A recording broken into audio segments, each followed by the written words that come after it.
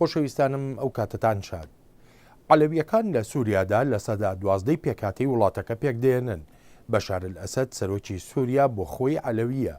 لە ماوەی ئەم قەیرانانەی وڵاتی سووریادا زۆرێک لە لۆمەی ئەو سەرکوتکردانەی کە بەرامبەر بە گەلی سووریا و سەرهەڵدانی گەلی سووریا دەکرێن لە ئەستۆی شەبیحەنراون کە ئەمانە دەستە و تاقمی چەکداری تایبەتی عەلەوین.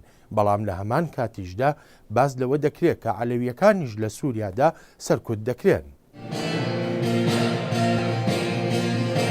لە شاری ئەنتاب لە تورکیا و لە پەرستگایەکی عەلەویەکاندا کە بە جەم ناودێر دەکرێت سروتی ئاینزایی عەلەویەکان بۆ زۆرێک لە موسڵمانان نامۆیە هاوشێوەی وێنەی 12 ئیمامەکەیان کە بە دیواری پەرستگاکەیانەوە هەڵواسراوە. لە ئەنتاب عەلەویەکان وا هەست دەکەن کە گەیشتنێکی کەم هەیە لە ئاینزاکەیان و قەیرانی سووریاش سەختتری کردووە.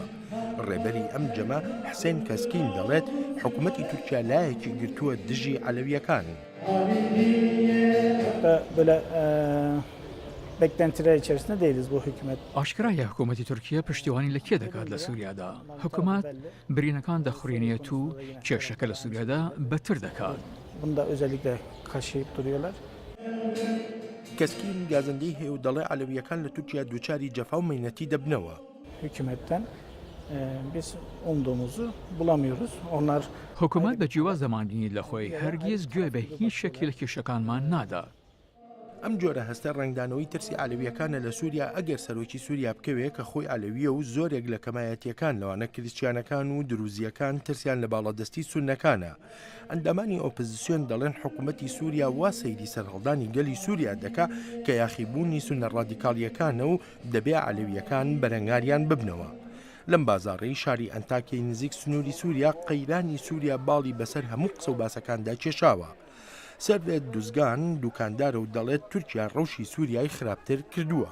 Bu bağlamda düşünülecek olursa özel anlam... بۆ خۆم ئەلەویم پێم وانییە گرنگترین شت ئەوە بێت ئایا سنیت یان ئەلەوی.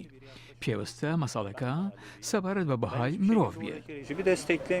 قەیرانی سووریا بە شێوەیەکی بەرچاو خەڵکی لە ئەنتاکیا دابەش کردووە لەسەر بنچینەی ئاین و ئاینزایی هەرچەندە زۆرێکی خەڵک ڕوانینی خۆیان باز ناکەن. بەڵام لەم بازاڕەدا یەکشت زۆرێک لە دوکاندارەکانی یەک خستووە ئەویش کەمبوونەوەی کارداریانە لە وەتای قەیرانەکە لە سووریا دەستی پێکردووە. ثائر عەبود عەلەویە و چەندان ساڵە چالاکوانێکی لە ئەنگلی دیموکراسیە. دەڵێت عەلەویەکانیش لە سووریا ڕوبەڕووی مەینەتی دەبنەوە. بە تایبەتی کە ئەلەوی بیت ئەوە یانەی دوو جار جێمەترسیت بۆیان و دوو جار سزا دەدرێت. عەبود دەڵێ ساڵی پار بۆ چەند مانگێک گیراوە و ئەشکەنجە دراوە بەر لەوەی ڕابکا بۆ تورکیا و کەسوکارێکی زۆر لە سووریا جێبهێڵێت. شۆڕشێکی سڤیلیە، کریسیانمان هەیە، ئەلەوی هەیە، دروز هەیە، سونە هەیە. کە تو یەکێک بکوشیت یانی دەتوانیت 1000 کەسیش بکوشیت. بەڵام ناتوانێت بیر و باوەڕ بکوشیت. حکوومەتی سووریا هەوڵێکی بێهودە دەدات بۆ لە ناوبردننی بیر و باوەڕی شۆڕش.